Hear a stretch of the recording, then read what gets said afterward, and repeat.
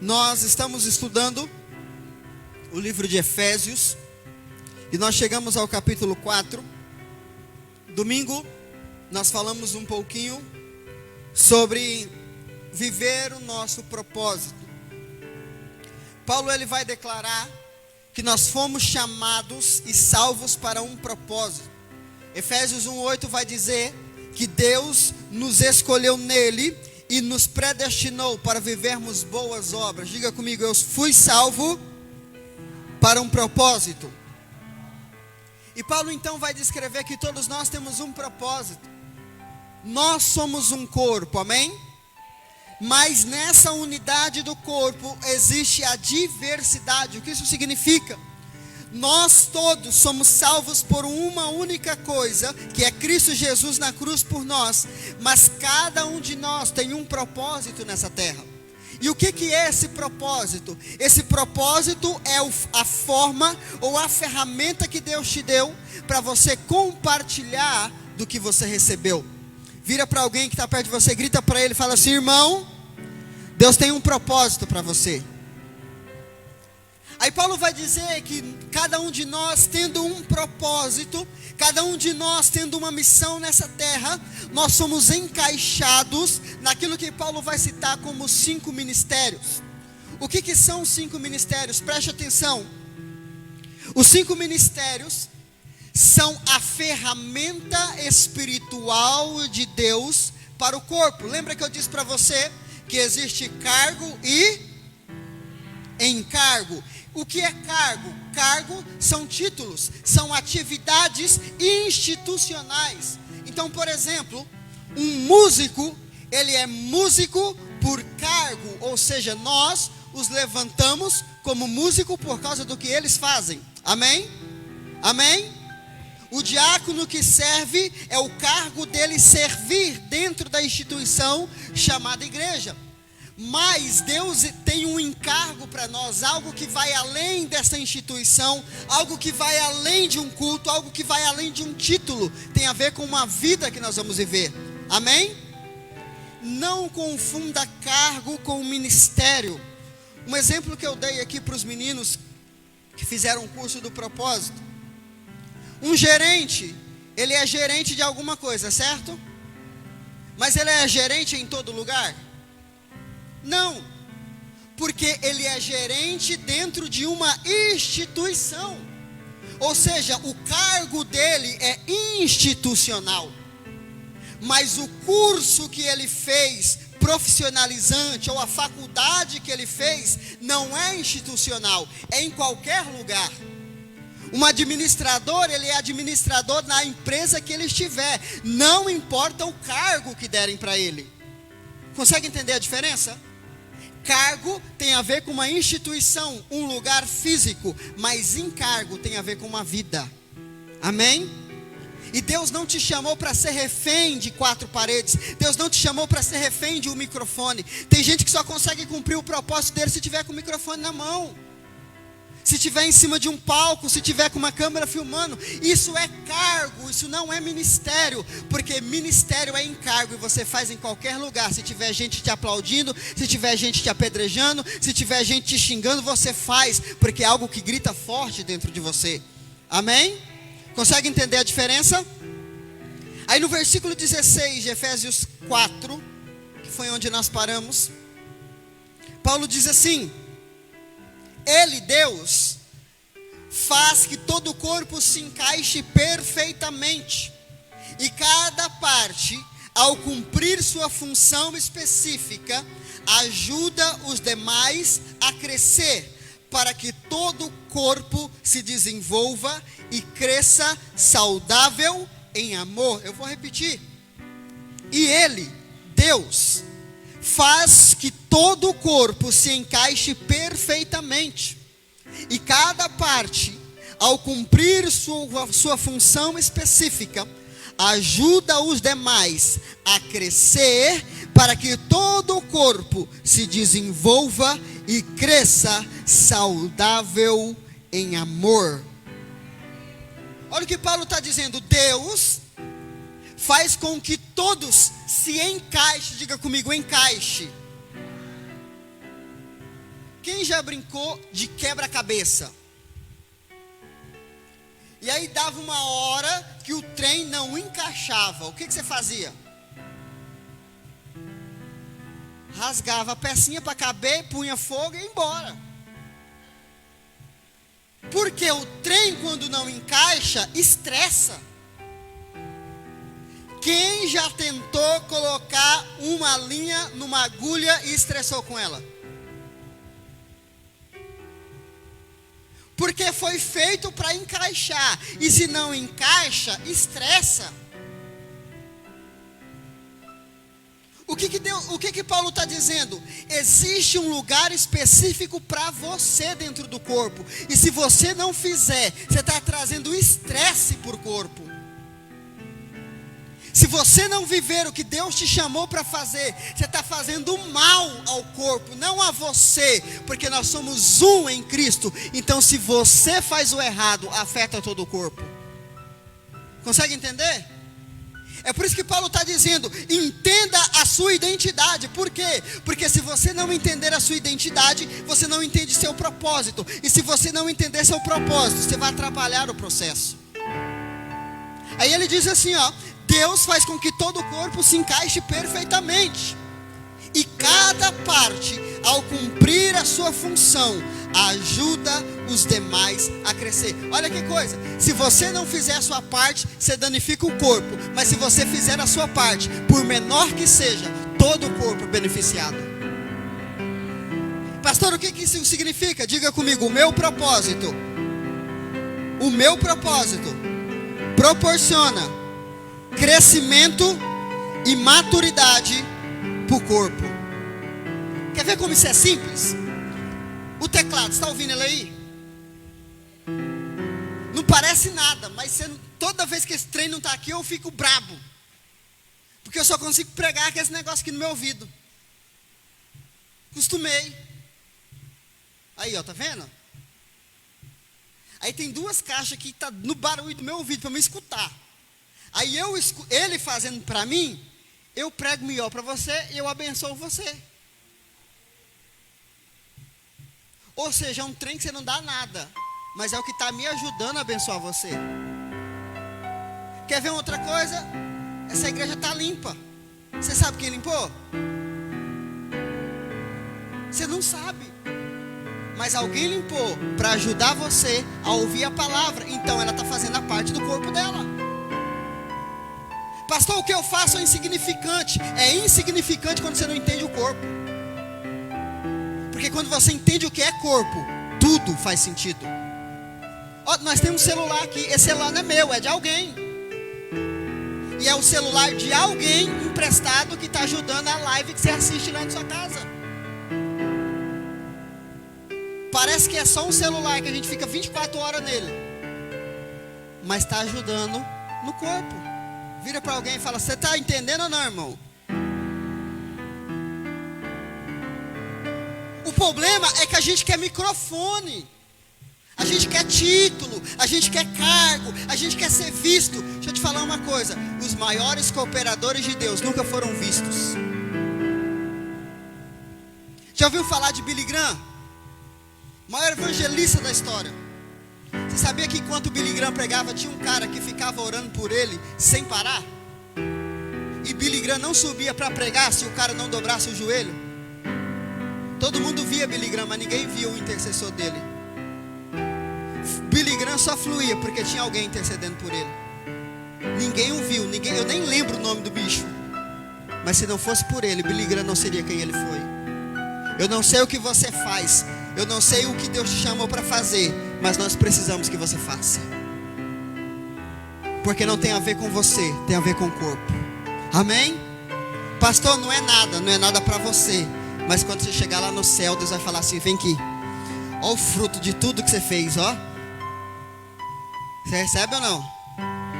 Vai ter aquele monte de ouro para Deus te dar. Amém ou não? Ou você vai querer ser prejudicado? O que você quer? Versículo 17 diz assim: assim eu lhes digo com a autoridade do Senhor: não vivam mais como gentios, levados por pensamentos vazios e inúteis. A mente deles está mergulhada na escuridão. Andam sem rumo, alienados da vida que Deus pode vos dar, pois são ignorantes e endureceram o coração para Ele. Tornaram-se insensíveis, vivem em função dos prazeres sensuais e praticam avidamente toda espécie de impureza. A gente já orou?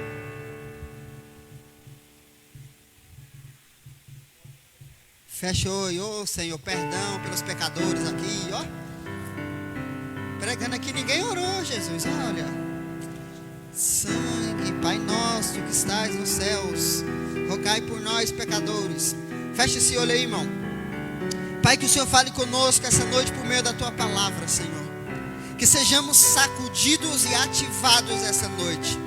Ativados para viver o nosso propósito. Ativados para viver o sobrenatural. Ativados, Senhor, para viver de uma forma onde nós possamos beneficiar o corpo, ver o reino se manifestando, ver vidas sendo transformadas, ver aquilo que está em nós fluindo através de nós, Pai. No nome de Jesus, toda barreira seja quebrada, todo espírito contrário ao Teu seja repreendido, e que a Tua voz seja audível ao nosso espírito, para que possa transformar a nossa vida. Nós oramos por isso, e quem concorda diz: dá uma salva de palmas ao Senhor.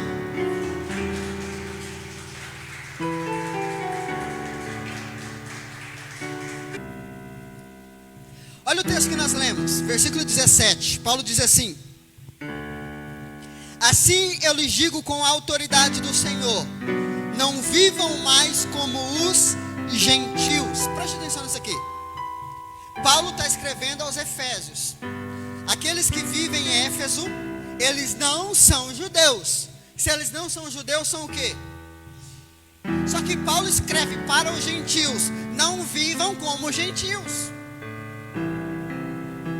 Mas eles não são gentios? Sim ou não?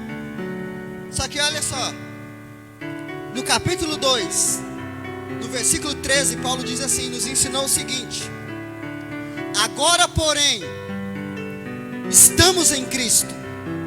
Antigamente estávamos distantes de Deus, mas agora fomos trazidos para perto dele por meio do sangue de Cristo, porque Cristo é a nossa paz. Ele uniu judeus e gentios em um só povo ao derrubar o muro de inimizade que os separava. O que Paulo está dizendo? Paulo está dizendo assim, ó: não vivam como gentios. Paulo, mas nós somos gentios. Não, vocês não são mais gentios, porque se vocês estão em Cristo, só tem uma identidade: vocês são filhos de Deus. O que Paulo está dizendo? Vocês não são mais pessoas naturais, vocês receberam uma nova identidade, portanto, não vivam como se vocês fossem naturais. E ele continua: por quê? Porque eles são levados por pensamentos vazios e inúteis. A mente deles está na escuridão, eles andam sem rumo, eles estão alienados da vida de Deus. O que Paulo está dizendo? Preste atenção nisso aqui.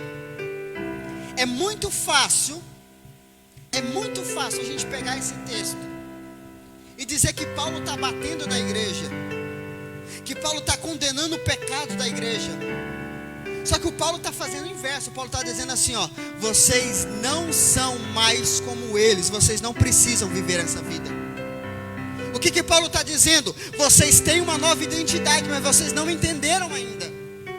Por que vocês estão na escuridão? Por que vocês estão amarrados? Não é porque vocês são como eles, é porque vocês ainda não entenderam que vocês estão num nível diferente. Paulo mais uma vez está gritando aos nossos ouvidos: entenda e assuma a sua nova identidade. Você não é mais filho de Adão, você não é mais aquele velho do passado, você é uma nova pessoa em Cristo. Você pode dizer amém por isso? Amém? E ele continua, versículo 20.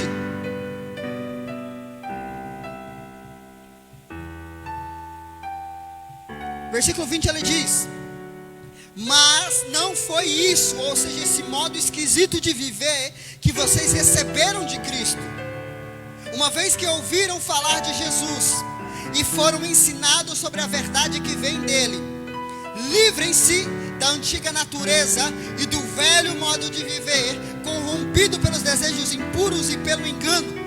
Deixem que o Espírito renove seus pensamentos e atitudes e revistam-se de sua nova natureza, criada para ser verdadeiramente justa e santa como Deus. Olha o que Paulo está dizendo: vocês não são mais gentios, vocês podem ser na carne, vocês podem ser no corpo, mas espiritualmente vocês têm uma nova identidade. Então assuma ela, mesmo diante da sua fraqueza carnal. Pastor, mas eu estou com vontade de pecar. Mas entenda, apesar da sua vontade, existe uma identidade que é superior em você. O que Paulo está dizendo? Paulo não está dizendo, olha, vocês tomam vergonha na cara, vocês param de fazer isso. Não, Paulo está dizendo, vocês só vão parar de fazer isso quando vocês entenderem e assumirem a sua nova identidade. Você já entendeu sua nova identidade ou está muito difícil ainda, irmão? Que número é que nós estamos aí? 17 cultos que eu estou pregando a mesma coisa para você. Você é uma nova pessoa. E Paulo está dizendo de novo, você é uma nova pessoa. E se você não entender isso, você vai viver como os outros. Não porque você é, mas porque você não entendeu. Coloca a mão no seu coração assim, apontando assim. Diga, pelo amor de Deus, entenda, você é uma nova pessoa. Você pode viver algo maior. Você pode viver o sobrenatural. Fala para ele, entende isso, em nome de Jesus. Olha o que Paulo está dizendo, irmão. Infelizmente a gente quer viver uma vida assim, ó, transforma vagabundo, transforma vagabundo, transforma vagabundo. Mas olha o que Paulo diz no versículo 22. Livrem-se da antiga natureza.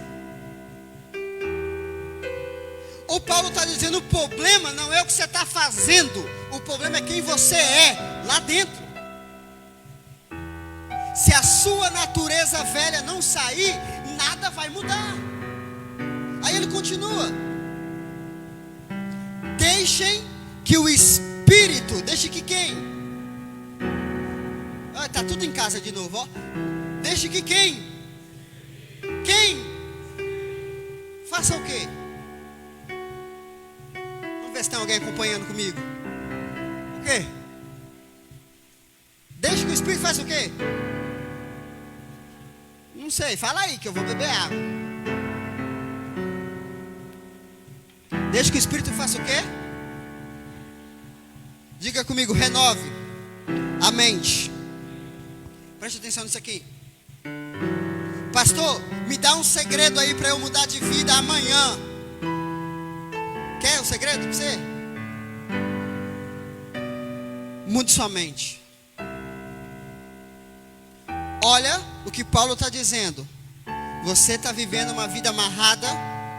E eu vou te dar uma solução. Deixe que o Espírito mude, transforme o seu modo de pensar, a sua mente. Por quê? Eu já te expliquei. Nós somos formados de quê? Espírito, alma e corpo. O seu espírito te liga a Deus e o seu corpo te liga à terra, ao físico. Mas tem um trem no meio chamado alma. E a alma, ela governa sobre a mente, sobre as vontades e sobre as emoções. Uma mente errada gera sentimentos errados que vão gerar atitudes erradas. Uma mente de Adão vão gerar sentimentos de Adão e vão gerar resultados de Adão.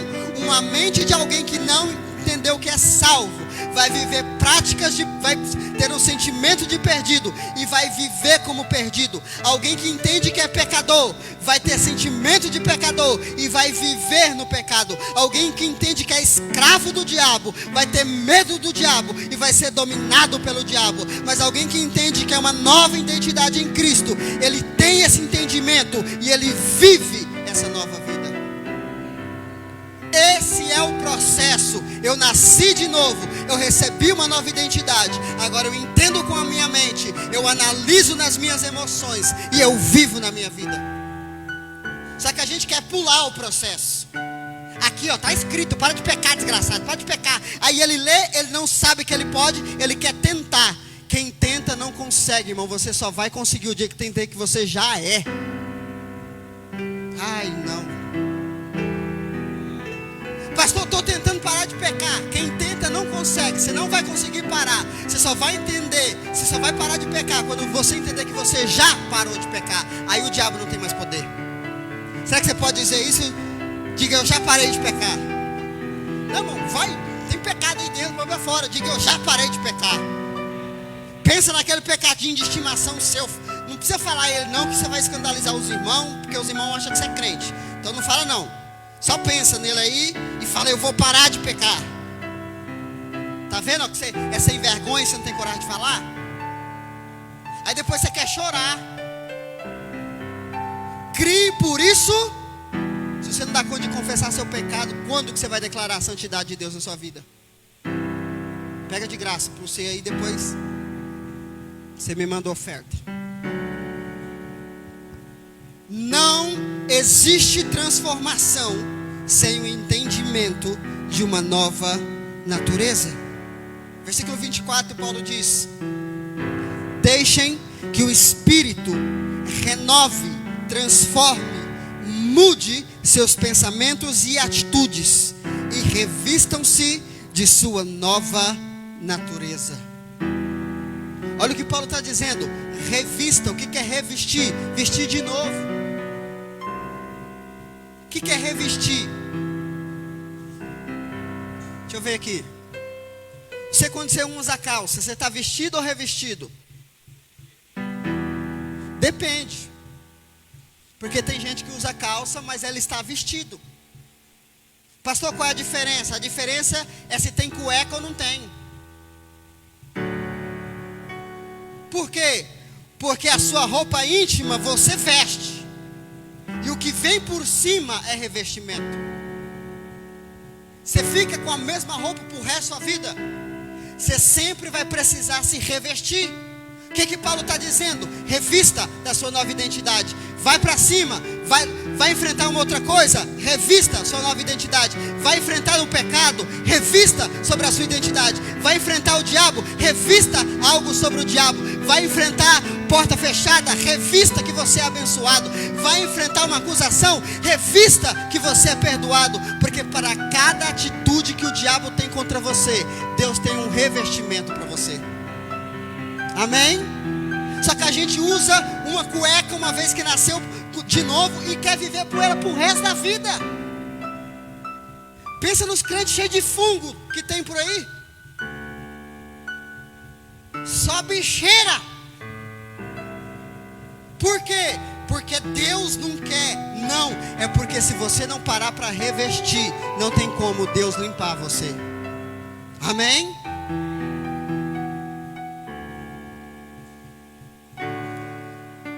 Diga assim comigo: eu tenho uma nova identidade. Diga: não, mano, fala com quem crê. Diga: eu tenho uma nova identidade. O dia que você colocar isso na sua mente, o dia que você turbinar a sua mente, bombardear ela, deixar ela louca. Preste atenção nisso aqui, deixa eu te dar um segredo. Toda informação que você coloca sobre a sua mente, ela precisa tornar realidade. Presta atenção nisso aqui. Toda realidade, todo pensamento que você coloca na sua mente, ele precisa se tornar realidade. Se você diz para alguém assim, ó, vai cair, a pessoa ouviu, sim ou não? Inconscientemente o cérebro dela está trabalhando para fazer ela cair. Porque toda informação colocada no seu cérebro, ela precisa ser processada e agilizada para que aconteça. Quando você fala assim, eu vou ficar doente, você está dando um comando para o seu cérebro: faz tudo o que você precisar fazer, mas me deixa doente. Porque toda informação que a sua mente recebe precisa ser processada e precisa ser ativada. Por isso que nós fazemos a confissão de fé. Por isso que eu estou falando para você, ouvir a palavra, reler a palavra. Porque quando a sua mente entender assim, ó, eu sou santo, ela vai ter que trabalhar, vai ter que achar uma forma para você nunca mais cair naquele pecado. Porque a informação colocada precisa ser processada para se tornar realidade. Amém? Então quando você diz assim, eu sou pobre, você está dizendo para sua mente assim, ó, faz de tudo para o dinheiro não chegar na minha mão.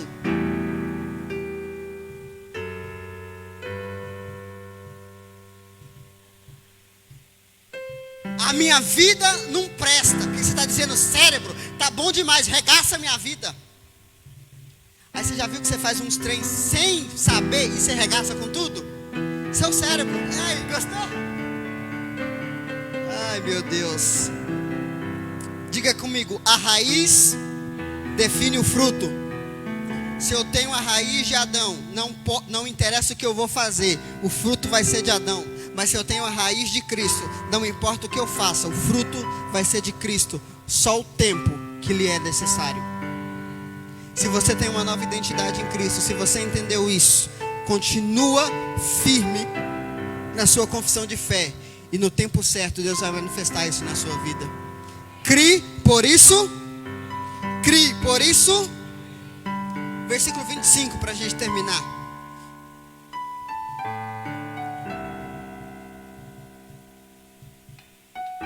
Paulo começa no 24, no 22, no 23, ensinando para a gente que nós precisamos deixar o Espírito Santo mudar a nossa mente.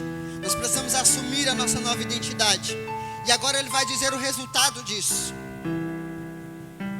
Quando nós assumimos a nossa identidade, olha o que acontece. Portanto, abandonem a mentira, digam a verdade ao seu próximo, pois todos somos do mesmo corpo. Não pequem ao permitir que a ira os controle. Acalmem a ira antes que o sol se ponha. Você que dorme nervoso aí, ó, isso aí é falta de raiz no lugar certo. Porque quando sua raiz estiver no lugar certo, você vai ficar nervoso, você vai explodir. Mas você vai consertar antes de você dormir. Pastor, eu posso explodir? Explode. Mas antes de você dormir, você conserta. Está entendendo ou não? Pastor, quebrei meu celular. Antes de você dormir, conserta. Conserta. Pastor, gritei com a minha mulher. Capítulo 5 nós vamos falar sobre isso. Precisa arrumar alguém casado para pregar o capítulo 5. Porque o povo fala que eu não posso pregar. Capítulo 5 vai falar sobre casamento. E agora? Domingo o pau pega, hein, irmão? Posso pregar ou não? Se não puder, fazer o quê? Eu prego assim mesmo.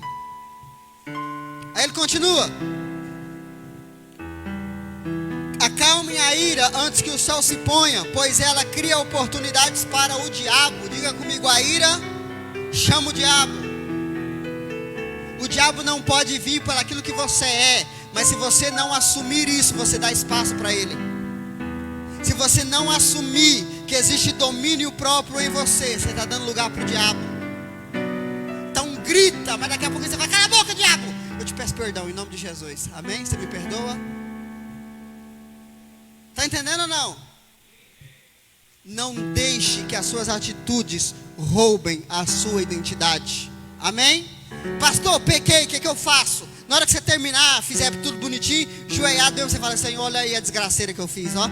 Mas ó, eu recebo o teu perdão, e eu sei que eu sou uma nova pessoa, e eu sei que isso aqui vai sair da minha vida, porque eu sou perdoado, eu sou justificado. Foi um deslize, mas eu estou aprendendo a andar. E vai chegar uma hora que eu vou correr. Quando esse trem aparecer na minha frente, eu saio correndo em nome de Jesus. Amém? É assim que funciona, irmão. Só que não, a gente tem uma mente esquisita, mas vamos lá. Continuando. Ó o que ele diz. Quem é ladrão, pare de roubar. Ó Deus falando, ó. Quem é ladrão, pare de roubar. Em vez disso, use as suas mãos para trabalhar com empenho e honestidade para ajudar generosamente os necessitados. Olha o que Paulo está dizendo. O que você anda roubando por aí? É o tempo dos outros? É o dinheiro dos outros? É a benefício dos outros, ao invés de você roubar as coisas dos outros, invista o que você tem para benefício dos outros, porque Deus ninguém rouba. Tudo aquilo que você dá, tudo aquilo que você planta, quando eu uso a minha vida para abençoar os outros, eu estou atraindo a bênção de Deus para a minha vida. Está entendendo o princípio ou não? Deve ter alguém entendendo aí. Cadê? Quem rouba não rouba. O que mais? Evitem o linguajar sujo e insultante. Para de falar da vida dos outros. Para de xingar os outros. Para de falar da feiura dos outros. Ele é feio, ele já sabe. Não precisa ninguém falar isso para ele, não. Todas as suas palavras sejam boas e úteis, a fim de dar ânimo àqueles que as ouvirem. Você vai falar com o irmão é feio. Não fala que ele é feio. Fala que ele é rústico e ele é raiz.